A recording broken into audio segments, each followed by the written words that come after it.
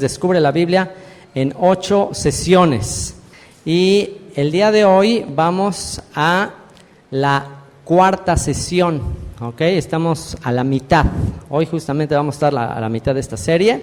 La primera sesión que vimos fue la introducción a la Biblia.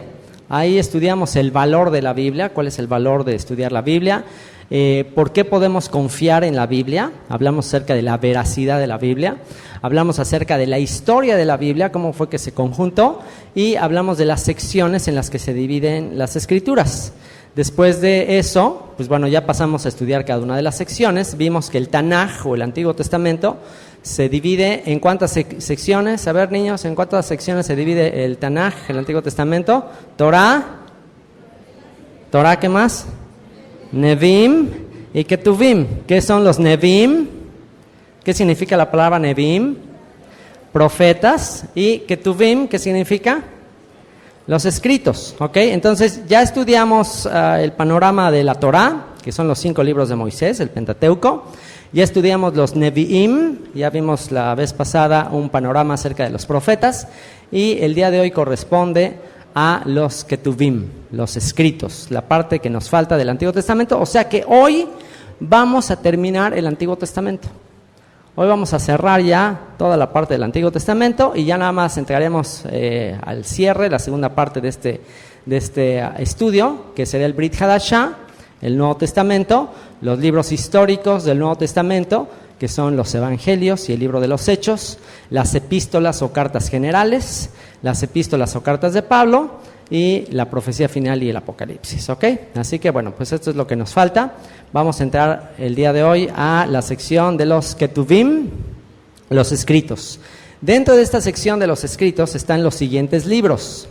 Está el libro de Salmos, está el libro de Proverbios, está el libro de Job, está el libro de Cantar de los Cantares, está el libro de Ruth, está el libro de Lamentaciones, está el libro de Eclesiastés, está el libro de Esther, el libro de Daniel, que la vez pasada que estudiamos los profetas alguien me decía, oye, pero faltó Daniel. Lo que pasa es que el libro de Daniel está dentro de la sección de los Ketuvim, de los escritos. Recuerden que este es el canon, esta es la división en la que está la Biblia de acuerdo a la tradición judía. El judaísmo es así como dividió las secciones de la Torah, del Tanaj, de esta manera. Entonces, aquí en la parte de los escritos está el libro de Daniel, está el libro de Esdras y Nehemías, que están incluidos como un solo libro, y por último, los libros de Crónicas, el primero y segundo libro de Crónicas. Así que hoy vamos a ver un panorama del tema de cada uno de estos libros, ¿ok? Entonces, pues vamos a entrar al primero de ellos, que es el libro de los Salmos, Salmos en hebreo. A ver, pongan atención, niños, recuerden cómo se dice Salmos en hebreo. ¿Quién sabe cómo se dice Salmos en hebreo? Teilim, ¿ok? El libro de los Salmos, Teilim, son himnos, cantos, canciones, eso es los Teilim.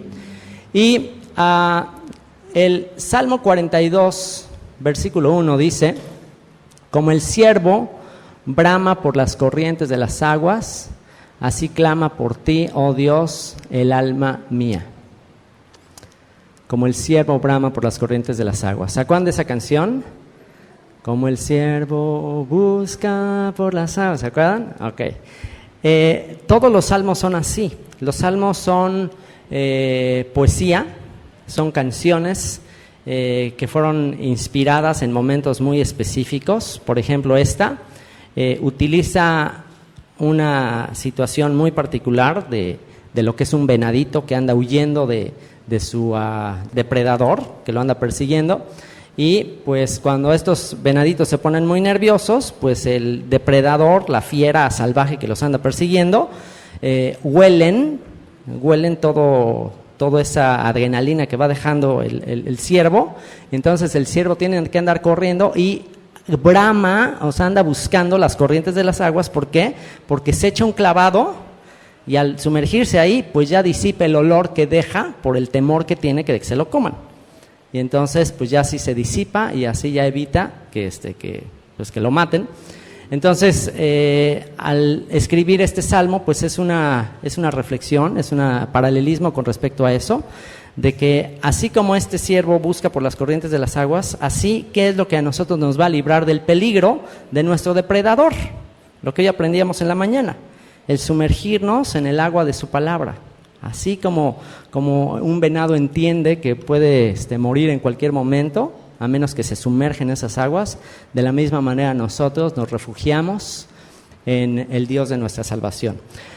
El anhelo más grande del corazón humano es estar en comunión con Dios y conocerle. No existe anhelo más grande que este. El problema es que muchos no lo saben, o en algún momento no lo sabemos, y pensamos que ese vacío que tenemos, ese anhelo que tenemos de llenar nuestra alma, a veces pensamos que lo podemos hacer con cualquier otra cosa, con bienes materiales, con trabajo, con cosas de este mundo, pero pues una vez que lo experimentamos todo eso, pues nos damos cuenta que hay algo que necesitamos y nos hace falta. ¿Y qué nos hace falta? Tener intimidad, tener comunión con Dios. Y ese es todo el tema del libro de los Salmos. ¿Okay? El título, Sefer Teilim, que significa rollo de alabanzas. ¿Quién lo escribió? Estos 150 salmos. Bueno, hay varios autores, la mayoría de ellos los escribió David, el rey David, el dulce cantor de Israel, así es como se le llama. Imagínate que así te llame el Señor.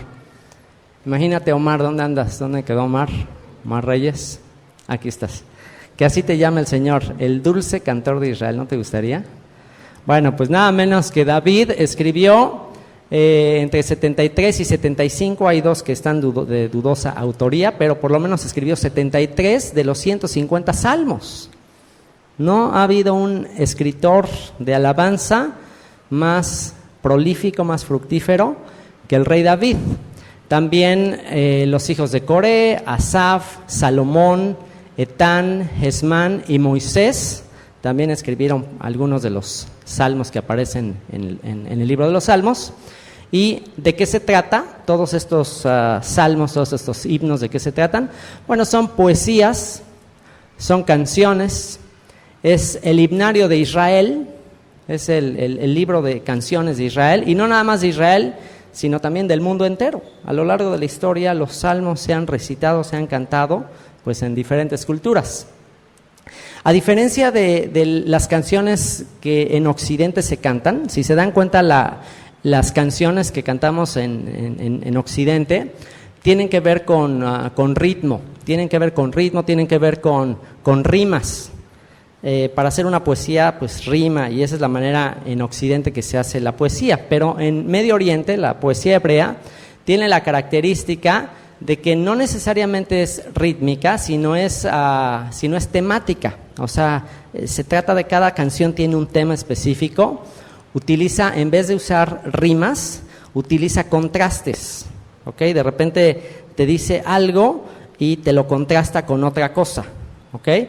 Entonces utiliza contrastes, utiliza paralelismos, usa imágenes de la naturaleza para ilustrar una cuestión espiritual, utiliza hipérbolas. Hipérbolas son como a veces exagera demasiado una cosa con el propósito de manifestar la emoción lo más posible.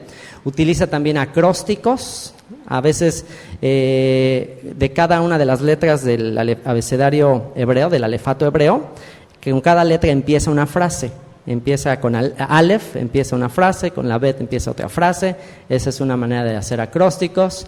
Y bueno, Teilim, el libro de los Salmos, es el libro más citado en el Nuevo Testamento.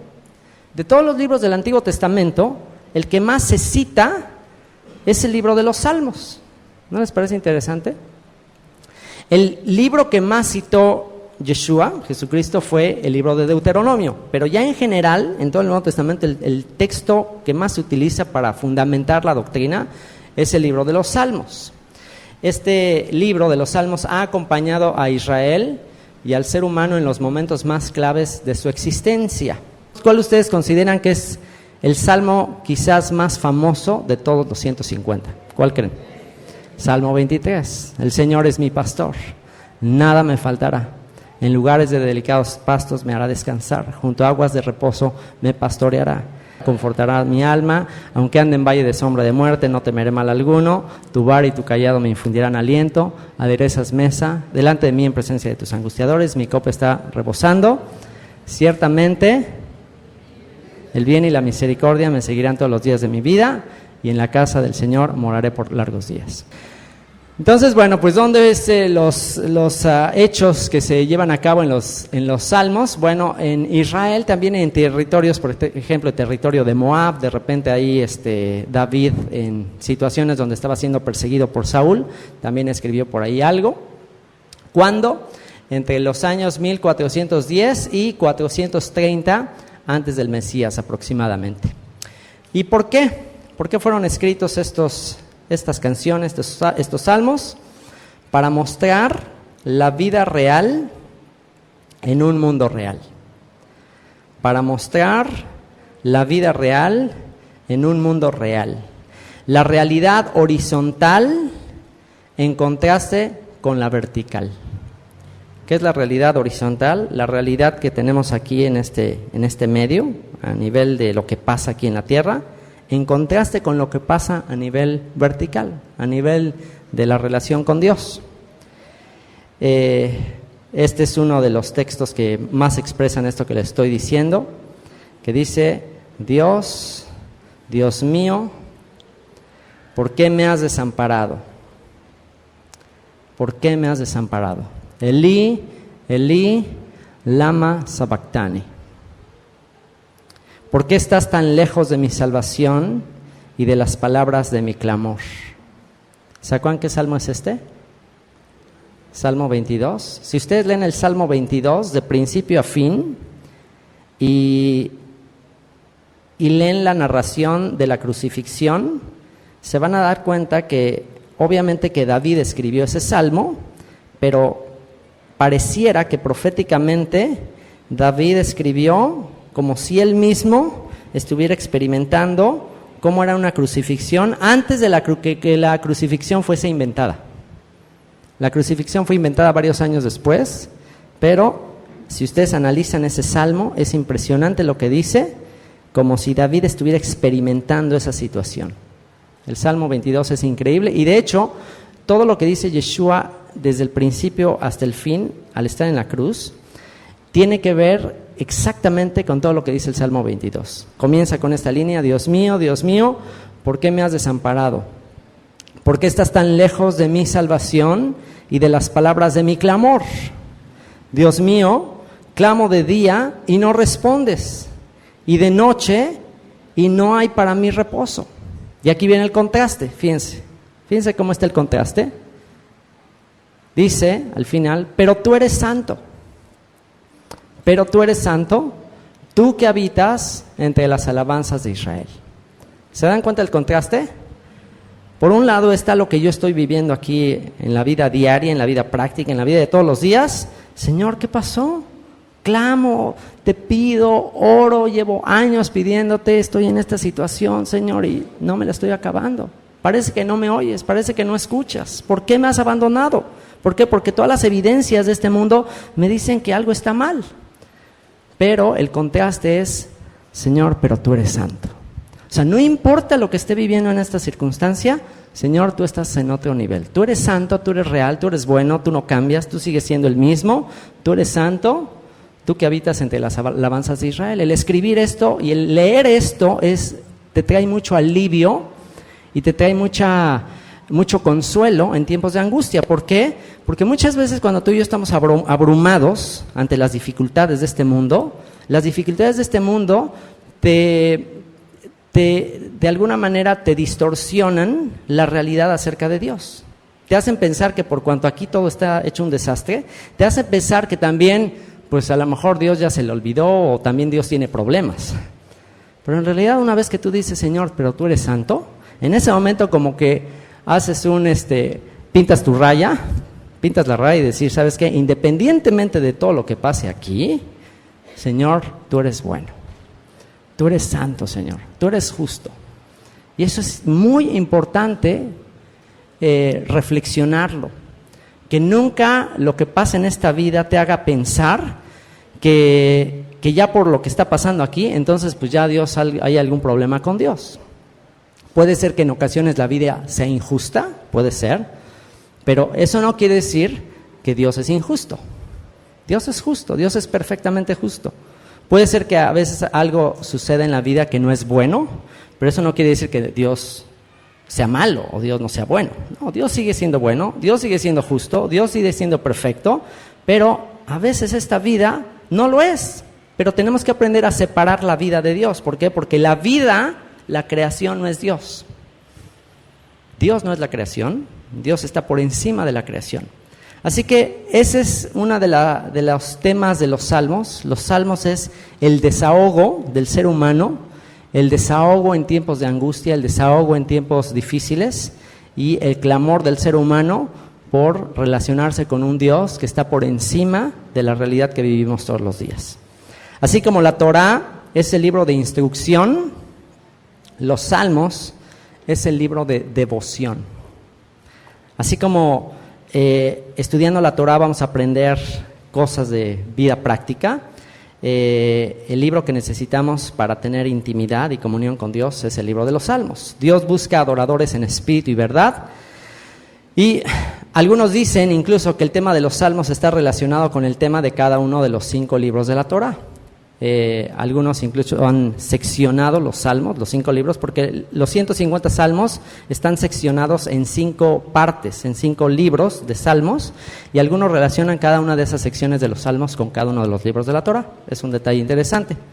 Y bueno, pues si tú quieres aprenderte los salmos, si tú quieres vivir los salmos, si quieres tener una profunda intimidad con Dios a través de los salmos, y llegar a generar un corazón como el de David, que tenía una intimidad con Dios por estarle escribiendo todo el tiempo y cantándole y en cercanía con Él, un tip es que todos los días leas 5 salmos.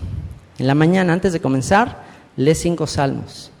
Y en un mes, leyendo 5 salmos, ya leíste todo el libro de los salmos, los 150 salmos. Así que quien se aviente el reto de todas las mañanas, antes de comenzar su mañana, leer 5 salmos, y así, cada 30 días vas a volver a empezar, y vas a volver a empezar, y vas a volver a empezar, y te aseguro que te vas a memorizar bastante. Si a veces en momentos de angustia, te aseguro que los vas a necesitar. Así que bueno, pues ahí está la tarea.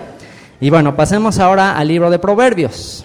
Proverbios en hebreo es Mishlei. Ahorita vamos a ver lo que significa. Y ¿tú qué harías si Dios te preguntara, pídeme lo que quieras, que yo te lo voy a dar? ¿Qué le pedirías? A ver, niños, que se te manifestara el Señor y te dijera, pídeme lo que quieras. El Xbox, el Wii, la computadora, lo que tú quieras, pídeme y te lo voy a dar. ¿Qué le pedirías? Eso se lo preguntó a un jovencito llamado Salomón, menor de edad, un muchachito que había sido elegido para ser el rey de Israel, y se le manifiesta el Señor, le dice, pídeme lo que quieras. ¿Qué le pedirías? Bueno, pues en Primera de Reyes, capítulo 3, versículos 5 al 14, podemos leer ahí que Salomón pidió sabiduría. Salomón pudo haber pedido riquezas, fama, muchas cosas, y no pidió esas cosas, pidió sabiduría. Y Dios no nada más le dio sabiduría, sino le dio lo que no pidió, también le dio fama, riquezas y muchas otras cosas. Así que Proverbios, Eclesiastés y Cantar de los Cantares son la respuesta a la petición de Salomón de tener sabiduría. Así que si tú quieres tener sabiduría en la vida, te recomiendo memorizar el libro de los Proverbios. Proverbios, ¿qué significa Mishlei? El título en hebreo es Mishlei Shlomo. Shlomo es el nombre de Salomón, que significa Proverbios de Salomón. Un proverbio es, en hebreo, proverbio es la palabra mashal, que significa literalmente refrán. Un refrán es una afirmación breve, popular, que expresa una verdad general. O sea, son verdades populares, verdades, principios que cualquier persona, no importa qué nivel educativo tiene, cualquier persona puede entender y cualquier persona puede aplicar para su vida diaria. Eso es el libro de Proverbios, refranes, principios de sabiduría del rey Salomón. Y quien lo escribió, ya vimos, el rey Salomón, y algunos otros. Hay por ahí algo que escribió Agur, etcétera. ¿De qué trata? Bueno, así como el libro de los Salmos, ya vimos que es para nuestra devoción diaria, nuestra relación vertical, el libro de los Salmos es para tu comunicación con Dios. No hay mejor cosa que cuando ores, no ores tus propias palabras, ores palabras que fueron inspiradas por Dios, como el libro de los Salmos. ¿Okay? Así que Salmos es para nuestra devoción diaria, es para nuestra relación vertical. Proverbios es para nuestra vida práctica diaria, para el trato los unos con los otros, para las relaciones interpersonales, para las relaciones familiares. Para eso es el libro de Proverbios. La Torá, los libros de Moisés son la teoría, el libro de Proverbios es la práctica. Muchos de los principios y leyes de la Torá, al estudiar el libro de Proverbios, te vas a dar cuenta que ahí se aplican esas leyes, pero a nivel práctico. ¿Dónde fue escrito? En Israel también. ¿Cuándo? Entre el año 970 y 690 antes del Mesías. ¿Y por qué? ¿Por qué fue escrito este texto? Por lo que dice Proverbios 1 al 7. Acompáñenme por favor a Proverbios 1. Proverbios 1 al 7. Aquí vamos a ver cuál es el motivo, cuál es la razón de la escritura de este libro. Proverbios 1, versículos 1 al 7, dice lo siguiente: los proverbios de Salomón, hijo de David, rey de Israel, para entender sabiduría y doctrina. Doctrina es enseñanza. De hecho, la palabra doctrina que aparece aquí en el versículo 2 es la palabra disciplina. También para aprender cómo ser disciplinados. ¿Quién batalla? Aquí levanten la mano los que de aquí que dicen, híjole, yo batallo con la disciplina. Híjole, me cuesta trabajo ser disciplinado. Me cuesta trabajo, o batallo con la sabiduría. A ver quién dice, me falta sabiduría. Bueno, para eso fue escrito el libro de los Proverbios. Solo necesitas leer. Es más, fíjense nada más, aquí viene otra parte de la receta. Receta de devoción y receta de sabiduría. 5 salmos diarios en la mañana, lo primero que hagas. 5 salmos diarios y un proverbio diario. Esa es la receta. ¿Quieres tener devoción, intimidad con Dios y sabiduría y disciplina? Bueno, échate 5 salmos diarios y un proverbio. Y en un mes terminas y vuelves a empezar. Y vuelves a empezar, y vuelves a empezar. Por ahí en unos 50 años ya vas a tener un poco más de sabiduría, doctrina, devoción. Así que para entender sabiduría y doctrina, para conocer razones prudentes, ¿a quién les falta prudencia? Para conocer razones prudentes, para recibir el consejo de prudencia, justicia, juicio y equidad, para dar sagacidad a los simples. Aquí fueron muy elegantes los traductores de Reina Valera, fueron muy elegantes al decir para dar sagacidad a los simples, pero en realidad en el texto dice para dar más inteligencia a los tontitos, los necios, los que no tienen mucha inteligencia, para incrementar su nivel de inteligencia. A los simples, que aprendan a ser más astutos. Y a los jóvenes, inteligencia y cordura. A los jóvenes, a los inexpertos, inteligencia y cordura. De hecho, la palabra cordura es la palabra propósito, para a los jóvenes darles propósito. ¿Cuál es uno de los grandes problemas que tenemos con los jóvenes de hoy en día? Que no tienen propósito, no tienen rumbo. Como no tienen propósito, no tienen rumbo, no saben hacia dónde van, pues andan desperdiciando un montón de tiempo. Entonces, receta para los jóvenes, un proverbio al día, y van a empezar a tener rumbo. Oirá el sabio y aumentará el saber. Es decir, no existe una persona lo suficientemente sabia para no seguir aumentando el saber. Y el entendido adquirirá consejo, para entender proverbio y declaración, palabras de sabios y sus dichos profundos. Y cierra con el versículo 7, uno de los textos más importantes de toda la Biblia, que dice, el principio de la sabiduría es el temor del Señor. El principio de la sabiduría es el temor del Señor. Los insensatos, los necios, los tontos, desprecian la sabiduría y la enseñanza.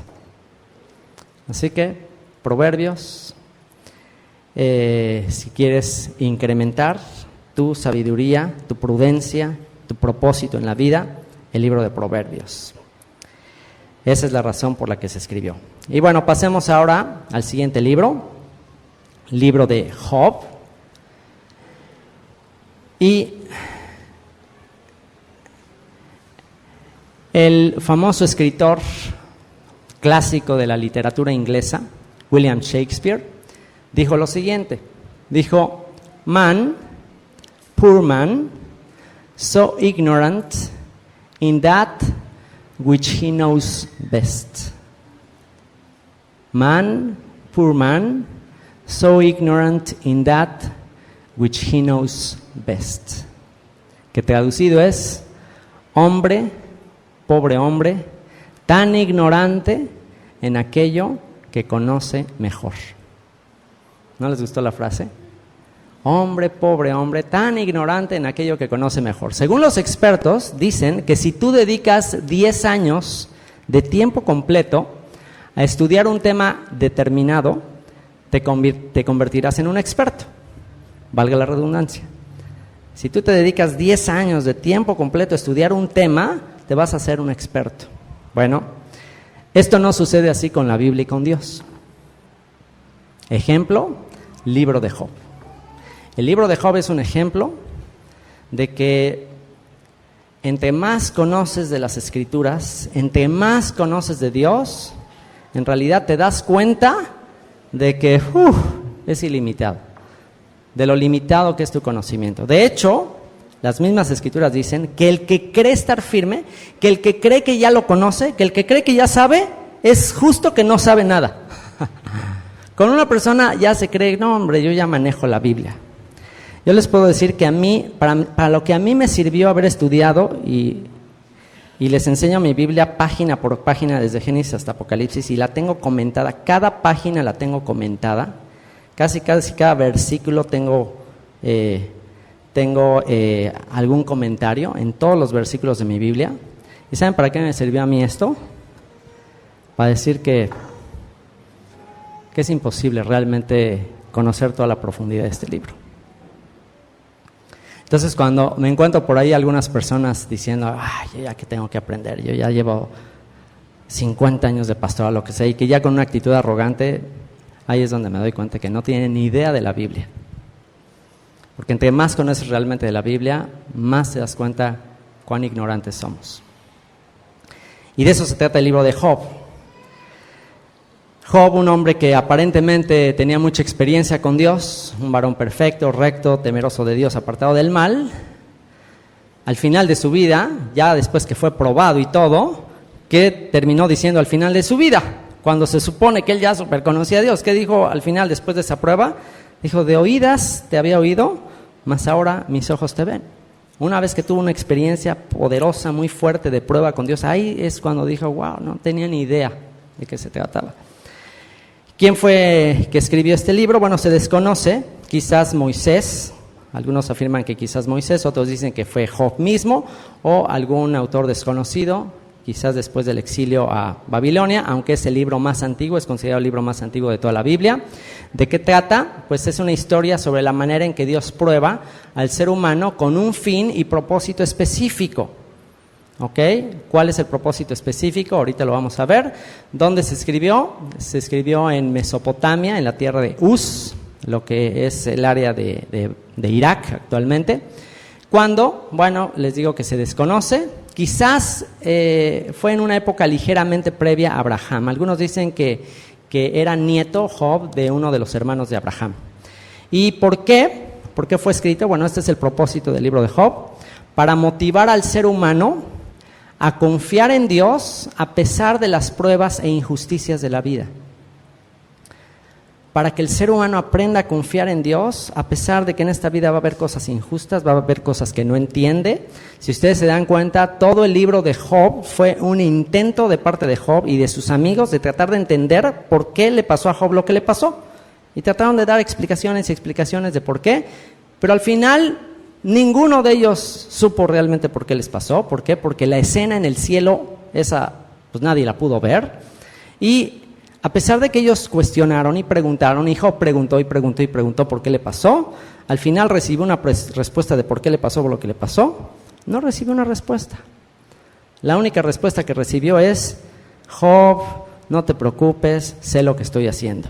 Mira, le dio una cátedra el Señor de toda la creación, de todo lo que hacía, de cómo está al pendiente de las constelaciones, de cómo está al pendiente de los embarazos de las cabras monteses, de cómo está al pendiente de los cachorritos de león que necesitan su comida cada mañana, de cómo está al pendiente del granizo que cae de las nubes, que cómo está al pendiente de que cada una de las hojuelas de nieve que caen, cuando cae nieve, cada una de las hojuelitas de nieve tiene una forma diferente, geométrica. Si tú pones en el microscopio esas hojuelitas, te das cuenta que ninguna es igual a la otra. Entonces, después de que Dios le da una cátedra acerca de la creación y el universo, lo que le está tratando de decir a Job es: Job, no te preocupes, sé lo que estoy haciendo. No desconfíes de mí, tranquilo. Y ya una vez que le da esa cátedra, pues ya lo único que hace Job es decir: voy a poner mi mano sobre mi boca. O sea, ¿cómo me atreví a cuestionarte? O sea, ¿cómo me atreví a preguntarte si era correcto lo que estabas haciendo? Y pues el texto clave del libro es cuando Job dice, en esas circunstancias de que Dios no le da respuesta, Job termina diciendo: yo sé que mi Redentor vive y al fin se levantará sobre el polvo. Y después de deshecha esta mi piel, en mi carne he de ver a Dios, al cual veré por mí mismo, y mis ojos lo verán, y no otro, aunque mi corazón desfallece dentro de mí. Esa es una verdadera fe. Esa es verdadera fe. Verdadera fe es que aunque no vea, sigo creyendo. Aunque no veo, sigo confiando. Si ustedes analizan toda la lista de ese famoso Salón de la Fama de la Fe, del capítulo 11 del libro de Hebreos, nos habla de toda una lista de personajes que mantuvieron su fe a pesar de que no recibieron lo prometido. Y siguieron confiando y dicen: pues nunca recibieron lo prometido, pero sabían ellos que habían depositado su confianza en el lugar correcto. Así que bueno, para todos aquellos que por momentos pasan momentos difíciles, que por momentos les entran dudas, lean el libro de Job, en especial los capítulos finales, donde Dios da una cátedra de la creación y dice: no te preocupes, yo estoy en control. Y el siguiente libro es el libro de Cantar de los Cantares, Shir HaShirim en hebreo. Y algunos consideran este libro el lugar santísimo de la Biblia. Este sí les puedo decir yo que es mi libro favorito de la Biblia. De verdad, este sí créanme. Bueno, para que me crean, este texto, Cantares 8:7, lo puse en nuestras invitaciones de boda. Cuando yo me casé, este versículo estaba. Entonces es una prueba de que este sí es mi libro favorito. Las muchas aguas no podrán apagar el amor, ni lo ahogarán los ríos. Si diese el hombre todos los bienes de su casa por este amor, de cierto lo menospreciarían. Y el libro de Cantar de los Cantares, les digo que es considerado el lugar santísimo de la Biblia. El Cantar de los Cantares quiere decir como el máximo canto que se haya hecho en la historia. Hace rato vimos el libro de los Salmos, pero bueno, de todas las canciones que se han escrito, el Cantar de los Cantares es lo máximo. Es como decir el lugar santísimo, es como decir el Holy of Holies. El lugar santísimo quiere decir esto es lo santo de lo santo. Entonces, es muy interesante que este libro, que es considerado como el lugar santísimo, como lo más santo de lo santo, al mismo tiempo, si ustedes lo leen, y si aún en la traducción al español tiene ciertos detalles que tú los lees y están así medios fuertesones, a nivel como de que te narra todo en un ámbito de romance entre un hombre y una mujer, y de repente te dice ciertas escenas de tipo de la relación de un hombre y una mujer desde una perspectiva poética, pero aún en el español a veces dice cosas así medias fuertes, ¿no? Bueno, pues si este libro lo leyeras en hebreo, te sorprenderías más, porque tiene unos matices así ya medios fuertes, ¿no? En Israel, en Tel Aviv, en las discotecas a veces ponen canciones con letras basadas en el Cantar de los Cantares, ya están todos los chavos cantándolas, y tiene tintes así medios fuertes. ¿Y por qué es así? Bueno, los rabinos dicen que en los temas, en este mundo, en los temas más sagrados que existen, que lo más sagrado que Dios ha hecho, también allí está lo más profano. Es decir, todo lo que Dios ha hecho puede tener una carga positiva o una carga negativa. Todo lo que Dios ha hecho tiene un propósito muy especial y puedes usarlo para algo muy sagrado o para algo profano. Y las cosas donde está la máxima santidad, en donde está la máxima santidad, también se puede encontrar la máxima bajeza. Ejemplo, pues este libro que es música, es un canto, es una canción, y sexualidad, intimidad. Toda esa cuestión de la intimidad y la sexualidad es una especie de hacer una ilustración de la intimidad que hay entre Dios y su pueblo Israel. Y como ejemplo de esto, entre lo más sagrado también está lo más profano. El ejemplo es la sexualidad y la música. Si ustedes se dan cuenta, estos temas son en los que Dios puso el máximo nivel de santidad. Por eso la santidad del matrimonio tiene que ser muy especial. La música, pues ¿cuál es el uso más sublime de la música? Pues la alabanza. La alabanza fue creada para alabar al Señor. Pero si tú te das cuenta, también en la música actualmente está lo más profano y lo más bajo. De hecho, los elementos que más se utilizan para corromper a la juventud y a la humanidad, en dónde se hallan los temas donde más se puede corromper a la humanidad, justamente en la sexualidad y en la música. Ese famoso dicho de sexo, drogas y rock and roll, o sea, es justamente utilizar algo que fue hecho para algo sublime, para algo muy elevado, y degradarlo y usarlo para algo bajo. Por ejemplo, la palabra música en griego es la palabra musik. Y vean cuál es la definición de enciclopedia de esta palabra. Dice, musik es el arte de las musas. Las musas también se les conocía como ninfas o como espíritus, que eran las hijas de Zeus. Dentro de la mitología griega se decía que las musas eran estas, en las pinturas de mitología aparecen estas mujeres picaronas ahí sin ropa y que andan ahí como espíritus, y se decía en la mitología griega que eran los que inspiraban a los seres humanos a hacer la música. Entonces de ahí se deriva todo el aspecto de la música, y dice que es el arte de organizar sensible y lógicamente una combinación coherente de sonidos y silencios utilizando los principios fundamentales de la melodía, la armonía y el ritmo, mediante la aplicación de complejos procesos psicoanímicos. Entonces, si se quedaron con cara de what, pregúntenle a Dani Fuentes que les explique esto, que se los desmenuce.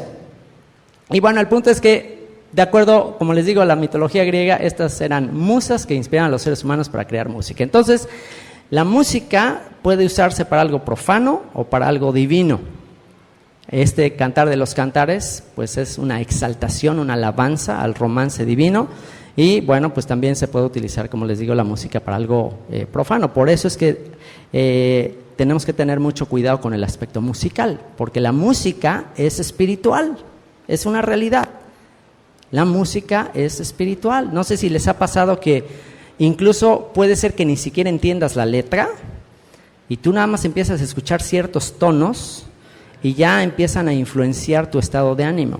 O sea, está comprobadísimo que las notas, los tonos, tienen influencia sobre el estado de ánimo. Hace poco platicaba con un joven de aquí de la congregación, pues de que él ponía cierta música y dice, yo ponía esa música y automáticamente me empezaba a deprimir, me empezaba a sentir triste, decaído, y me empezaba a entrar como enojo.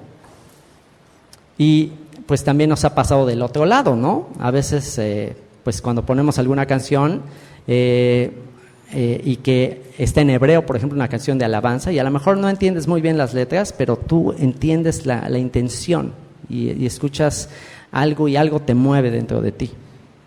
Así que bueno, pues ese es el poder de la música, el poder de la poesía, el poder del libro de Cantar de los Cantares, escrito por Salomón. Es un poema romántico, se escribió en Jerusalén, aproximadamente en el año 965 a.C. ¿Y por qué? Fue escrito para ilustrar el gozo del romance e intimidad entre Dios e Israel. Si ustedes quieren saber por qué es mi libro favorito, les recomiendo escuchar el comentario verso por verso, está en la página de Descubre la Biblia. ¿Y por qué es mi libro favorito? Porque de manera poética, de manera artística increíble, te relata el misterio de las dos casas de Israel. El misterio de Israel al ser sembrado entre las naciones, la Sulamita, esta mujer que dice que se hizo morena, se hizo como que se hizo muy morena a causa del sol. Dice, no me desprecies porque soy morena, sino que el sol me miró. Y todo eso tiene que ver con interpretaciones de lo que sucedió con Israel en el exilio al adorar y rendir culto al sol y a los dioses, y pues que se perdió la identidad, y que el Señor en su misericordia la rescataría, el amado que viene a salvarle y que viene y toca la puerta y ella le rechaza, y toda una historia de un conflicto que hay entre estos dos esposos, pero al final terminan reconciliados, y al final el texto es preciosísimo donde dice, vuelve Sulamita, vuélvete, y dice, ¿qué ves en la Sulamita? Y dice, veo como el encuentro de dos campamentos. Entonces, wow, esa parte es impresionante. ¿Qué ves en la Sulamita? Veo el encuentro de dos campamentos. ¿Quiénes son esos dos campamentos, esos dos pueblos? Judá, Israel, y bueno, muchas cosas más. Es muy, muy profundo, muy poético. Se los dejo de tarea. Toda esta serie Descubre la Biblia en 8 sesiones. El único propósito que tiene es meterles curiosidad por meterse a estudiar así los libros verso por verso. ¿Okay? El siguiente libro, el libro de Ruth. ¿A quién le gusta el libro de Ruth? Libro de Ruth. Solo hay 2 libros de los 66 libros de la Biblia que llevan como título el nombre de una mujer. ¿Se dan cuenta qué honor? De todos los libros de la Biblia, solo 2 tienen el nombre de mujeres. Y qué curioso, qué interesante, que una de las mujeres, Esther, es una mujer judía, y la otra, Ruth, es una mujer gentil, una mujer moabita. ¿No les parece coincidencia? ¿No les parece que aún el hecho de que esto esté así tiene que ver con el misterio de las dos casas, Judá y Efraín, entre las naciones que habrían de convertirse? Es impresionante. Así que es la historia de una mujer gentil, descendiente de una relación incestuosa, descendiente de esa relación de Lot con sus hijas. ¿Se acuerdan cuando es destruida Sodoma y Gomorra y que salen huyendo y que emborrachan al papá? Y de ahí, de esa relación surge Moab y surge Amón, y de ahí, de esa relación, desciende Ruth. ¿Qué hizo esta mujer gentil, descendiente de una relación incestuosa, para ser incluida en el Salón de la Fama de la Fe, y nada menos que en la genealogía del Mesías, según Mateo capítulo 1? ¿Qué fue lo que hizo? Bueno, pues vean lo que dice Ruth 1, 16, 17. Eso fue lo que hizo. Renunció a todo, dejó su tierra, dejó su parentela, siguió las pisadas de Abraham. Es lo que hizo. Siguió las pisadas de Abraham, dejó su tierra y su parentela para seguir al Dios de Abraham, Isaac y Jacob. ¿Quién lo escribió? Según la tradición, lo escribió el profeta Samuel. ¿De qué se trata? Bueno, el tema es que Dios no hace acepción de personas. Dios no hace acepción de personas. Por supuesto que Dios escogió al pueblo de Israel como una nación santa, como una nación de reyes, de sacerdotes. Dios hizo una elección. Dios predestinó a Israel antes de la fundación del mundo para ser su nación. Sin embargo, la elección de Israel no excluye a las demás naciones. La elección de Israel no es dejar fuera a todos los que no sean Israel. La elección de Israel simplemente era un medio. Israel es el medio para llevar su mensaje a todas las naciones. Pero cualquier nación, cualquier persona, independientemente de su raza, de su familia, lo que sea, que de todo corazón quiere hacerse parte de la nación de Israel, es bienvenida. Y este libro es un ejemplo. Dios no hace acepción de personas. Dios recibe a todo aquel que reconoce que solo Él es el único Dios verdadero y que está dispuesto a dejar todo por seguirle. Él es decir, seguir las pisadas de Abraham. Eso es lo que ella hizo. Abraham era extranjero. Abraham era vivía en Ur de los Caldeos, era un iraquí, y él dejó su tierra, su parentela, por seguir al único Dios verdadero. Así que pues todos los que siguen las pisadas de Abraham, pues serán parte de la familia de Abraham. Donde se desarrollan los hechos, en Belén y en Moab. La tierra de Belén, nada menos que donde nace Yeshua. Posteriormente, todo lo que pasa en Belén está relacionado con la historia de Ruth. No podíamos entender todo lo que pasa con respecto al nacimiento de Yeshua sin entender la historia de Ruth. Y Moab, que es este territorio de donde era esta mujer Ruth, es una historia también de lo que se requiere para que una persona sea aceptada como parte del pueblo de Israel. Es una muy buena enseñanza lo que dice el libro de Ruth. De hecho, actualmente los rabinos utilizan como patrón para aceptar a una persona que se quiere convertir, utilizan como patrón la historia de Ruth. Así como Noemí rechazó 3 veces a Ruth cuando la quería seguir. Si ustedes leen el capítulo 1, dice que Ruth la quería seguir y Noemí le dijo, no, está difícil, mira, regrésate ya, pues tú estás joven, cásate, no te preocupes. Y otra vez volvió a insistir por segunda vez y por tercera vez, y la tercera vez que insistió, ahí sí ya la dejó. Por eso ya está establecido que cuando alguien se quiere convertir, el rabino por lo menos lo tiene que rechazar 3 veces para seguir el patrón del libro de Ruth. ¿Y qué fue lo que pasó con otra mujer? Pues que como que sí insistió, pero a la mera hora que le dijeron no. ¿Qué pasó con Orfa? Pues se regresó al final. Entonces es también un buen patrón para nosotros. Hay veces que nosotros somos muy insistentes a la hora de compartirle a alguien y casi ya nos dan la vuelta, ¿no? Ya nos ven y híjole, ahí viene ya me anda predicando, y se cruzan la calle y somos muy insistentes.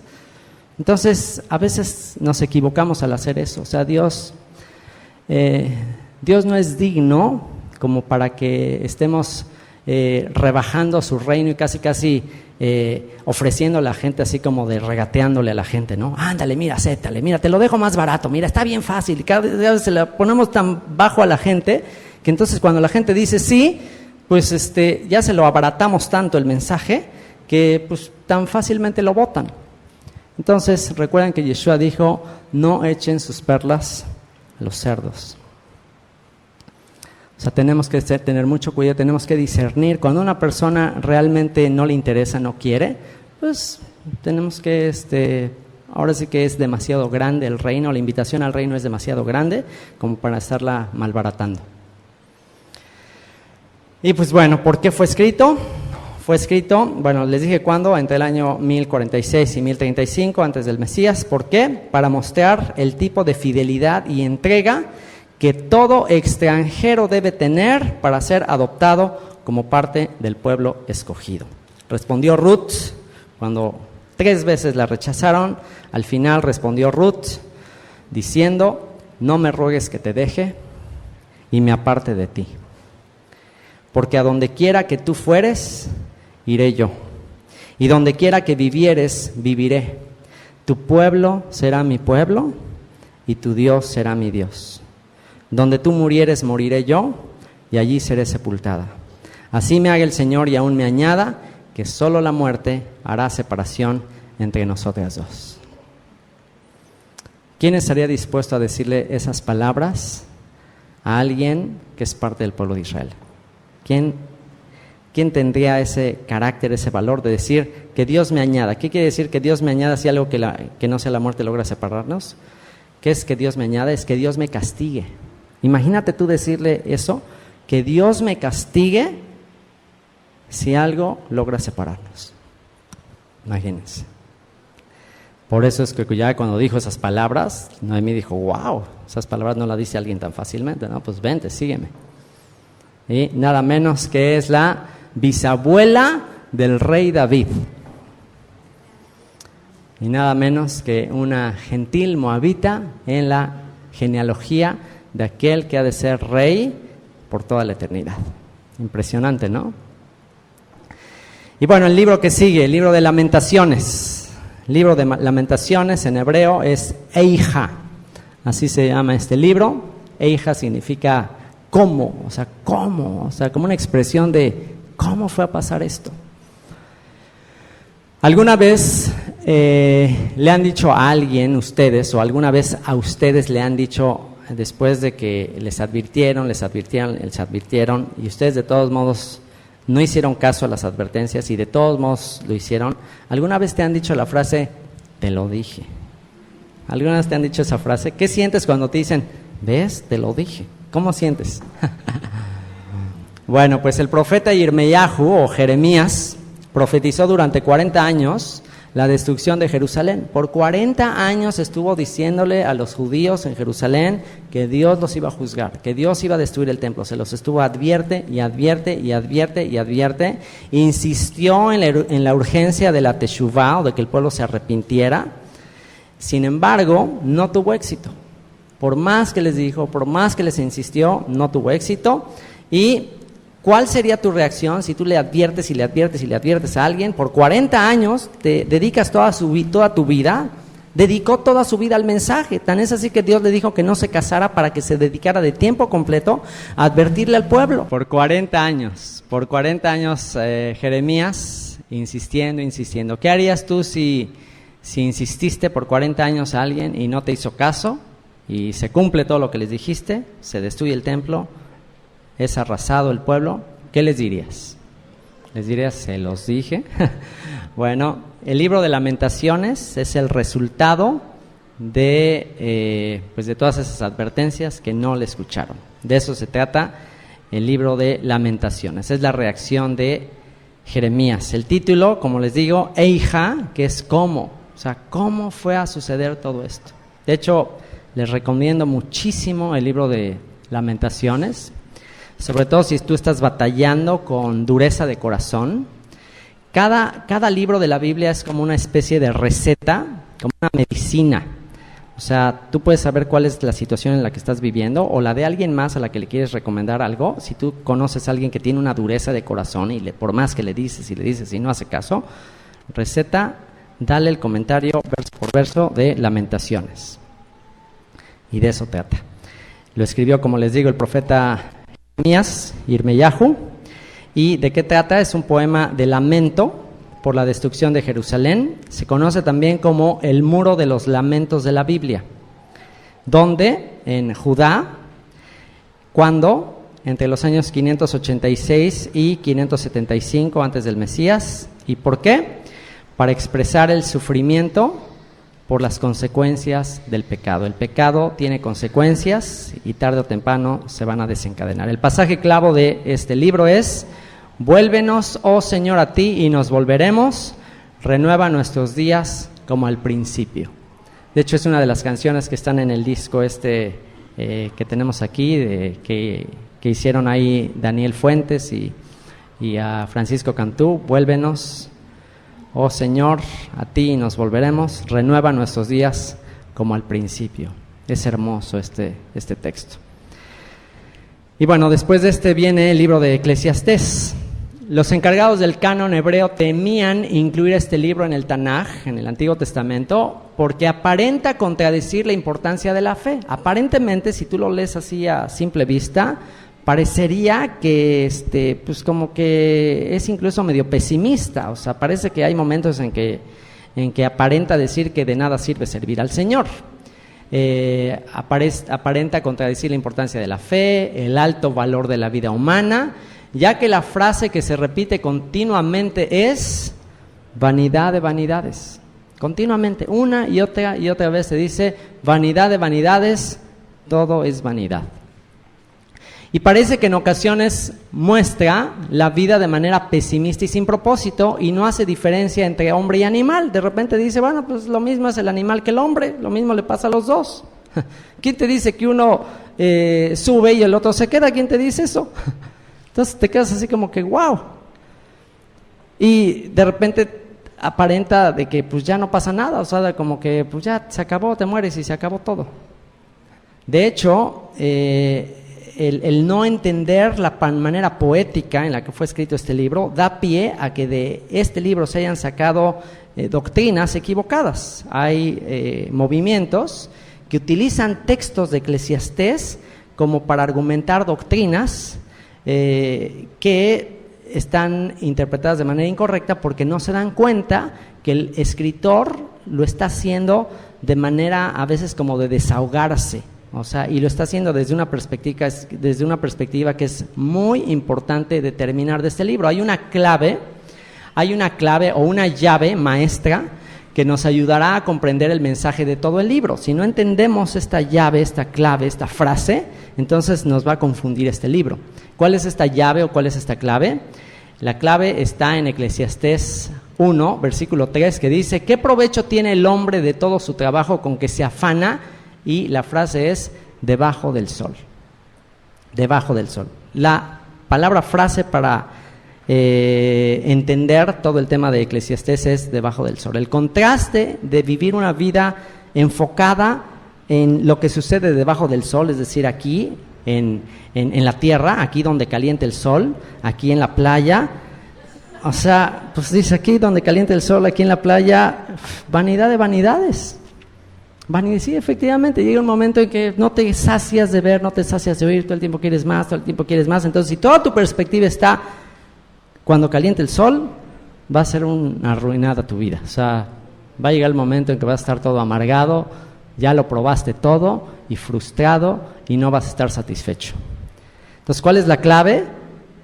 Que trascienda tu visión y tu mente más allá de cuando caliente el sol. Más allá. Hay algo más que esta vida. Hay algo mucho más grande que eso.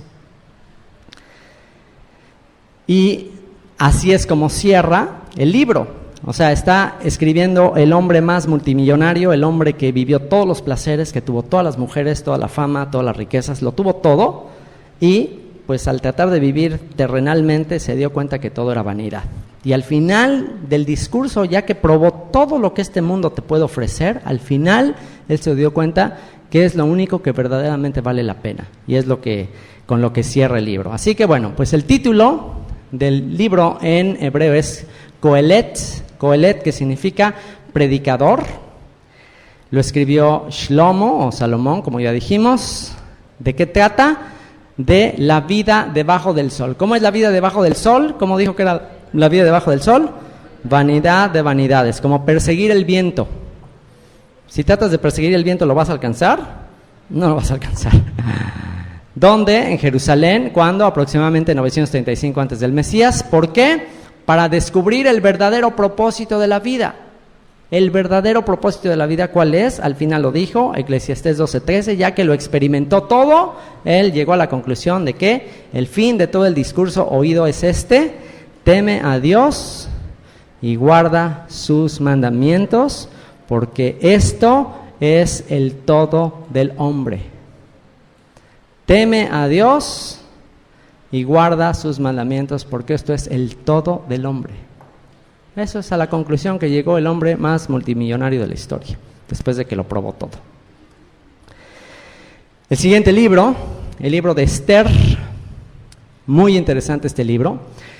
En 1944, para que se den una idea de la trascendencia que ha tenido este libro, en 1944, Adolfo Hitler, en un discurso, dijo que si los nazis perdían la guerra, así lo dijo, antes de que perdieran la guerra, obviamente, él estaba seguro que iba a ganar, él estaba seguro que iba a controlar el mundo, él estaba seguro que iba a conquistar Europa, él estaba seguro que iba a aniquilar a la nación judía. Y él en un discurso dijo que si ellos perdían la guerra, que si los nazis perdían la guerra, los judíos podían celebrar su segunda fiesta de Purim. Imagínense. El libro de Esther relata el origen de la primera fiesta de Purim, 473 a.C. aproximadamente, y la de otro Adolfo Hitler, otro similar a él. ¿Cómo se llamó? A ver, niños, ¿cómo se llamó este malvado? Amán. Y bueno, Amán es uno de los muchos que a lo largo de la historia han tratado de exterminar, de borrar del mapa a la nación de Israel. Y es interesante, fíjense, Ustedes saben que actualmente hay un movimiento que está tratando de borrar de la historia el hecho de que el Holocausto sucedió. ¿Ok? Eso es algo muy interesante. ¿Qué sucedió con la Inquisición? O sea, ustedes han oído mucho en los libros de historia, en las primarias, así se difunde a gran escala que la Iglesia Católica persiguió y mató a una gran cantidad de judíos y que muchos de los católicos actuales son de origen judío, pero sus antepasados se convirtieron forzadamente al catolicismo y que pues ya perdieron su identidad judía. ¿Eso se enseña en las primarias? ¿Eso se difunde? Eso no se difunde, eso no se enseña, eso se tiene como un gran secreto. Hasta últimamente en History Channel salió una serie que se llamó Los Archivos Secretos de la Inquisición. Hasta hace muy poco tiempo el Vaticano liberó, no sé cómo surgió esa cuestión, de que ya salieron muchos datos sobre la Inquisición, sobre todo en México. Entonces, muchísima gente, muchísima población católica, apostólica, romana, así de hueso colorado, se sorprendería al echar un vistazo a sus apellidos, y muchos de ellos son de origen judío. En Israel hay todo un museo dedicado a esto. Hay toda una base de datos de una computadora que hay ahí para analizar los apellidos, y la gran mayoría de los apellidos de origen latino, mexicano, son de origen judío.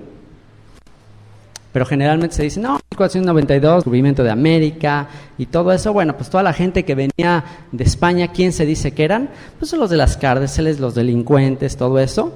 Pero no se dice que muchos de ellos, la gran mayoría, eran de origen judío, que habían sido expulsados de España y que ahorita viven pues yendo los domingos a misa sin saber que originalmente eran judíos. Pero ese secreto ya se olvidó, eso pues ya se trató de guardar. El Holocausto ahorita pues ya tiene muy poco tiempo y se está tratando de negar. Lo interesante es que también el libro de Esther se está tratando de decir que eso nunca sucedió, que la historia de Esther es ficticia.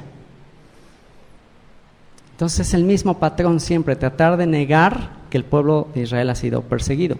La historia de Moisés también se trata de negar. Todo se trata de negar, ¿por qué? Porque se trata de desarraigar la historia de este pueblo. Porque si se trata de desarraigar la historia del pueblo de Israel, entonces realmente toda la fe se derrumba. Y bueno, pues todas estas intentos del ser humano de borrar de la historia, de los libros, que todos estos acontecimientos hayan sucedido, ¿ustedes creen que será coincidencia o será parte de un maquiavélico plan? Y bueno, el título del libro, el libro Esther, tiene que ver con el nombre, que ya dijimos, otra de las mujeres cuyo nombre aparece como título de un libro. Es un nombre persa, el nombre de Esther es un nombre persa que tiene que ver con una diosa llamada Ishtar o Astarte, y que obviamente ella tomó una identidad gentil para camuflajearse, porque pues su vida tenía un propósito muy especial.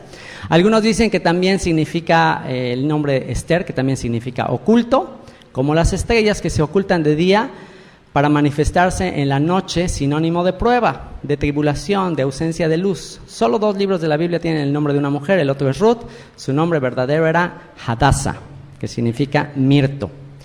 ¿Quién lo escribió? Según Josefo, según un historiador judío llamado Josefo, lo escribió Mardoqueo o Mordejai, y el final quizás lo escribió Esdras o Nehemías. ¿De qué se trata? Se trata de la salvación de los judíos ante la amenaza de exterminio total. ¿Dónde? En el reino de Persia. ¿Cuándo? Entre 486 y 435 a.C., aproximadamente. En 538 a.C. había más de 2 millones de judíos en Babilonia, que fue conquistada por Persia y que Ciro les permitió volver a su tierra, pero solo 50,000, aproximadamente el 2.5%, volvieron de Babilonia como remanente fiel. El resto quedó para disfrutar las comodidades de Babilonia. Fíjense qué interesante esto, y no duden que el patrón de la historia se repetirá una vez más. Cuando termina el exilio de Babilonia, Ciro, el rey de los persas, les da oportunidad a los judíos que se quisieran regresar a Jerusalén a edificar la nación, a hacerlo, ¿ok? Y de hecho lo vamos a ver más al rato en Crónicas. Les dio oportunidad de que volvieran. Solamente el 2.5% regresaron. ¿Qué sucedió con los que no regresaron? estuvieron a punto de ser exterminados en esta gran tribulación del malvado Amán. ¿Será que se repita la historia cuando haya oportunidad de volver y los que decidan no volver? ¿Será que se repetirá la historia? Bueno, pues eso lo veremos. ¿Y por qué? ¿Por qué se escribió? Bueno, pues se escribió para demostrarnos que Dios está en control de la suerte de Israel. El hombre echa las suertes, eso significa Purim, significa suertes, el hombre echa las suertes, pero el Señor es quien decide todo. Proverbios 16:33. El texto clave de este libro, cuando Mordejai le dijo a Esther, ella no quería ir ante la presencia del rey, temía por su vida, pero Mardoqueo le dijo: porque si callas absolutamente en este tiempo, respiro y liberación vendrá de alguna otra parte para los judíos, mas tú y la casa de tu padre pereceréis. Y quién sabe si para esta hora has llegado al reino. Es un pasaje precioso. Le dijo: ¿sabes qué? Mira, de todos modos Dios va a salvar a su pueblo porque Dios es fiel y Dios dijo que siempre iba a preservar a su pueblo, pero a lo mejor para eso llegaste a esta hora. A lo mejor para esa hora. Y entonces ahí toma la decisión de interceder por su pueblo. Y bueno, pues estamos por terminar. Libro de Daniel, que esta profecía de Daniel está dentro de esta sección de los Ketuvim, como dijimos. Dice el capítulo 12, verso 4 de Daniel: pero tú, Daniel, guarda en secreto estas palabras y sella el libro hasta el tiempo del fin. Fíjate lo que dice este libro, que las palabras del libro de Daniel iban a estar selladas, es decir, no se iban a poder comprender plenamente. ¿Hasta cuándo? Hasta el tiempo del fin. ¿Por qué hasta el tiempo del fin podían interpretarse las profecías de Daniel? Porque muchos de los acontecimientos que él narra sobre cosas muy específicas de imperios que iban a dominar a Israel, solamente cuando sucedieran esos hechos tú podías ya mirarlo de adelante para atrás, es decir, en el futuro tú puedes ahora leer la profecía de Daniel y entonces ahora sí puedes entender las bestias a quién se refiere. Ahora sí puedes entender, estas bestias de las que habló, ya entendí, es Babilonia, es Persia, es Grecia, es Roma, órale, Roma, y entonces ya las puedes entender. ¿Por qué? Porque ya pasó, ya lo puedes ver hacia atrás. En cambio, en esa época, pues como todavía no pues él escribió en la época de los persas, pues todavía no venían ni los griegos, todavía no venían ni los romanos, entonces pues era muy difícil interpretarla correctamente. Así que la máxima evidencia de que estos tiempos que vivimos son los tiempos del fin, la máxima evidencia es que ahora podemos entender el libro de Daniel. Si ahora podemos entender el libro de Daniel, es la evidencia que estamos en los últimos tiempos. ¿Qué les parece? Así que bueno, el título, Daniel, significa mi juicio es Elohim. Eso significa el nombre de Daniel. Mi juicio es Elohim, mi juicio es Dios. ¿Quién lo escribió? El profeta Daniel. ¿De qué se trata? Es profecía apocalíptica, profecía de los últimos tiempos, donde se escribió en Babilonia, cuando entre el 605 y 530 antes del Mesías. ¿Y por qué? Para traer esperanza a Israel en el exilio final. Para que aquellos que llegaran a entender la profecía de Daniel estuvieran con la esperanza de que el exilio está a punto de terminar. Y vaya que está a punto de terminar. Y esta es la esperanza que tenemos que tener. Daniel 12, 2-3, de mis versículos favoritos. Y muchos de los que duermen en el polvo de la tierra serán despertados, unos para vida eterna y otros para vergüenza y confusión perpetua. Los entendidos resplandecerán como el resplandor del firmamento, y los que enseñan la justicia a la multitud como las estrellas a perpetua eternidad. ¿Quién quiere brillar como las estrellas a perpetua eternidad? ¿Quién quiere despertar para recompensa, para bendición? Pues el requisito es enseñar justicia a la multitud. Libro de Esdras y Nehemías. Estos dos libros que en nuestras Biblias nos aparecen separados, originalmente eran un solo volumen. Dentro de la tradición judía, Esdras y Nehemías forman un solo libro, así es como aparece en manuscritos antiguos. Incluso en la Septuaginta aparecen como un solo volumen. La Septuaginta es la traducción al griego del hebreo.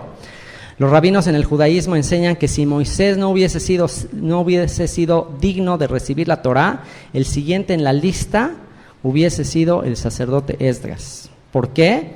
vean lo que dice Esdras capítulo 7:10. También, si tú quieres llegar a ese nivel al que llegó Esdras, ve lo que dice acerca de Esdras. Esdras 7:10 dice: porque Esdras había preparado su corazón para inquirir la ley del Señor y para cumplirla, y para enseñar en Israel sus estatutos y decretos. Esdras dedicó su vida a inquirir, a estudiar la ley del Señor, pero no nada más por estudiarla, sino para cumplirla y para transmitirla. El clamor de Nehemías, por otro lado, dentro del libro de Nehemías, el clamor de Nehemías por su pueblo y su ciudad puede ser una representación exacta de las palabras del Salmo 137. ¿Se acuerdan de ese Salmo 137? En los ríos de Babilonia, yo me acordaba de Jerusalén, que aquellos que nos llevaron nos pedían que les cantáramos canciones de Sión. ¿Se acuerdan? ¿Cómo cantaré canciones al Señor en tierra extraña? Si te olvidare, oh Jerusalén, pierda mi diestra su destreza, mi lengua se pegue a su paladar si de ti no me acordare. Si no pusiera a Jerusalén como el máximo motivo de mi alegría. Y incluso hay una canción popular que se derivó de este Salmo 137. ¿Se acuerdan de la canción de By the Rivers of Babylon?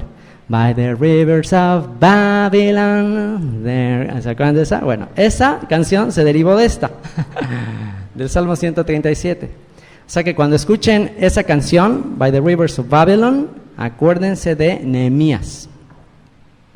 Porque Nehemías, cuando le llega la noticia de que Jerusalén estaba desolada, que estaba hecho un desierto, ¿se acuerdan? Él era copero del rey, tenía una posición muy alta y se entera de que Jerusalén estaba muy mal y dice que se puso a orar, se puso a ayunar, clamó, le pidió al rey que lo dejara ir para allá y bueno, es muy emotivo todo lo que hizo Nehemías. El título del libro, Esdras o Ezra en hebreo, significa ayuda, y Nehemías, o el nombre Nehemías en hebreo es Nehemia, que por aquí anda alguien que tomó un nuevo nombre, bueno, ya es Nehemia, el esposo de Ami, por aquí andaba, ya no lo veo, bueno, por ahí debe andar, por ahí anda. Ok, él es Nehemia, que significa el Señor consuela. ¿Quién escribió estos libros? Bueno, de acuerdo también a la tradición, los escribió el sacerdote Esdras o Ezra. ¿De qué se trata? Es la historia de la reconstrucción de Judá, de Jerusalén y el templo, en específico en el libro de Nehemías, de las murallas de Jerusalén, donde se lleva a cabo en Judá, en el sur de Israel, cuando entre el año 539 y el año 400 a.C. ¿Y por qué? Para detallar el relato de los exiliados que vuelven de Babilonia y la reconstrucción del templo y la nación. Pasaje clave, Esdras 7:10, que ya leímos, porque Esdras había preparado su corazón para inquirir la ley del Señor y para cumplirla y para enseñar en Israel sus estatutos y decretos. Y Nehemías 13:30 y 31, que dice: los limpié pues de todo extranjero, esto lo dice Nehemías. Los limpié pues de todo extranjero y puse sacerdotes y levitas por sus grupos, a cada uno en su servicio, y para la ofrenda de la leña en los tiempos señalados y para las primicias. Acuérdate de mí, Dios mío, para bien. Nehemías fue un gran reformador. Nehemías fomentó el que el pueblo volviera a la Torá, echó a los extranjeros que no quisieron ser parte del pueblo de Israel, y él buscó la purificación del pueblo de Israel. Y por último, los últimos libros con los cuales vamos a cerrar el estudio del día de hoy son los libros de Crónicas, que incluyen los dos libros, primero y segundo libro de Crónicas. En nuestras Biblias los tenemos separados, pero originalmente eran un solo libro. Divrei Hayamim se llama, que significa palabras de los días. Se dividió en dos. Este solo libro se dividió en dos en la Septuaginta, en la traducción del hebreo al griego. Y cronológicamente, al terminar estos libros, comienzan los de Esdras y Nehemías. ¿Quién lo escribió? También, de acuerdo a la tradición, fue escrito por Esdras, que se encargó de recopilar toda la historia del pueblo de Israel durante la época de la monarquía de Judá, para narrar todos los hechos que sucedieron, y de eso trata, de los aspectos relevantes de los reyes de Judá. el libro de Primero y Segundo de Reyes es como un recuento, como las crónicas de los reyes, pero ahí se narran tanto las historias de los reyes del norte de Israel también y de los de Judá, pero en crónicas hace énfasis en el reinado de los reyes de Judá. Entre el año 450 y 425 a.C. aproximadamente. ¿Y por qué? Para mostrar los beneficios de la obediencia a la Torá y las consecuencias de la desobediencia, y para animar al remanente que volvería de Babilonia. Si tú lees estos libros te vas a dar cuenta que los reyes que desobedecieron la Torá, pues aparte de que arruinaron sus vidas, pues arruinaron la vida del pueblo. Y aquellos que fueron obedientes, que fueron contados, pero los hubo, pues trajeron bendición, prosperidad a la nación. Pasaje clave, Segunda de Crónicas 36-23. Así dice Ciro, rey de los persas. Esto es al final ya de los libros de Crónicas, después de que Judá es llevado al exilio a Babilonia.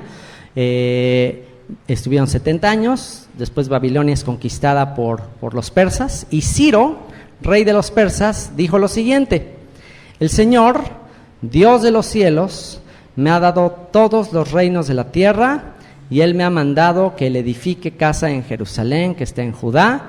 Quien haya entre vosotros de todo su pueblo, sea el Señor su Dios con él, y suba. ¿Te imaginas qué sucedería si algún día se diera un decreto así en Israel? De alguien que diga, ¿saben qué? Pues se me entregó este gobierno, se me entregó este territorio, quien quiera en toda la tierra buscar y adorar y edificar estas ciudades de toda la tierra, sea el Señor con él y suba. ¿Tú qué harías? ¿Subirías o no subirías? Pues esa es nuestra esperanza, eso es nuestra esperanza, eso es lo que estamos esperando. Muy bien, texto a memorizar. Hoy concluimos la serie del Antiguo Testamento, del Tanaj. Este es el texto a memorizar una vez que hemos completado un panorama breve. Y si tú ya te metes al verso por verso, ¿qué podrías tener en tu mente una vez que estudias todo el Antiguo Testamento? Bueno, este pasaje de la segunda carta de Timoteo, capítulo 3, versículo 14 al 17, dice lo siguiente. Está escribiendo el apóstol Pablo, dice: pero persiste tú, le está diciendo a Timoteo, persiste tú en lo que has aprendido y te persuadiste, sabiendo de quién has aprendido, y que desde la niñez has sabido las sagradas escrituras, las cuales te pueden hacer sabio para la salvación por la fe que es en Cristo Jesús. Toda la escritura es inspirada por Dios y útil para enseñar, para redarguir, para corregir, para instruir en justicia, a fin de que el hombre de Dios sea perfecto, enteramente preparado para toda buena obra. ¿A qué escrituras creen que el apóstol Pablo se estaba refiriendo? Y que le estaba diciendo a Timoteo que desde la niñez las conocía. ¿A qué escrituras se estaba refiriendo? A todo el Antiguo Testamento que acabamos de estudiar, a nivel panorámico. Y vean lo que le dice Pablo a Timoteo acerca del Antiguo Testamento, que increíblemente actualmente se dice que no, que en eso ya no hay que meterse mucho. Fíjense qué increíble lo que le dice, que estas Sagradas Escrituras, es decir, el Antiguo Testamento, que dice, te pueden hacer sabio, ¿para qué? Para la salvación. Por la fe que es en Cristo Jesús. Es decir, sin estas Sagradas Escrituras, ¿podrás obtener salvación por fe en Cristo Jesús? ¿Se podrá obtener salvación por fe en Cristo Jesús sin las Sagradas Escrituras de las que está hablando Pablo? Es decir, el Antiguo Testamento. No. Se está depositando la confianza en algo vano. La fe tiene que estar depositada en las Sagradas Escrituras, en lo que fueron las Sagradas Escrituras para los apóstoles, para asegurarnos que estamos edificando sobre la roca. Así que bueno, pues vamos a orar y que verdaderamente nuestra fe esté edificada sobre aquello que los apóstoles dijeron que era la roca, era el fundamento. Señor, te damos muchas gracias por habernos dado únicamente un panorama, solamente una probadita de lo que las escrituras que tú les diste a los apóstoles y con las que fueron capaces de revolucionar el mundo, con las que fueron capaces de traer salvación a tanta gente, Señor, a tantas naciones. Padre, yo te ruego que nos ayudes a volver a esta fe, a esta doctrina, a esta instrucción, que nuestra salvación esté verdaderamente fundada en los textos que tú inspiraste a tus profetas, a los maestros que tú enviaste, Señor, y que sin duda nos dan testimonio acerca de ti, Señor. Te rogamos que nos libres de cualquier engaño, de cualquier dogma o doctrina de hombre que contradice tu palabra, Señor. Que nos libres de la religiosidad y de cualquier sistema que vaya en contra de esas sagradas escrituras que nos pueden hacer sabios por la fe en Cristo Jesús para nuestra salvación. Esa verdadera fe como la que tuvo Yeshua el Mesías, Señor. Bendito seas por ello, Señor, y ayúdanos a maravillarnos con la unidad, con la armonía de las Escrituras, y que sepamos que fueron dejadas como herencia para tu pueblo Israel, sembrado y disperso entre las naciones, Padre. Te lo rogamos en el nombre y por los méritos de Yeshua. Amén.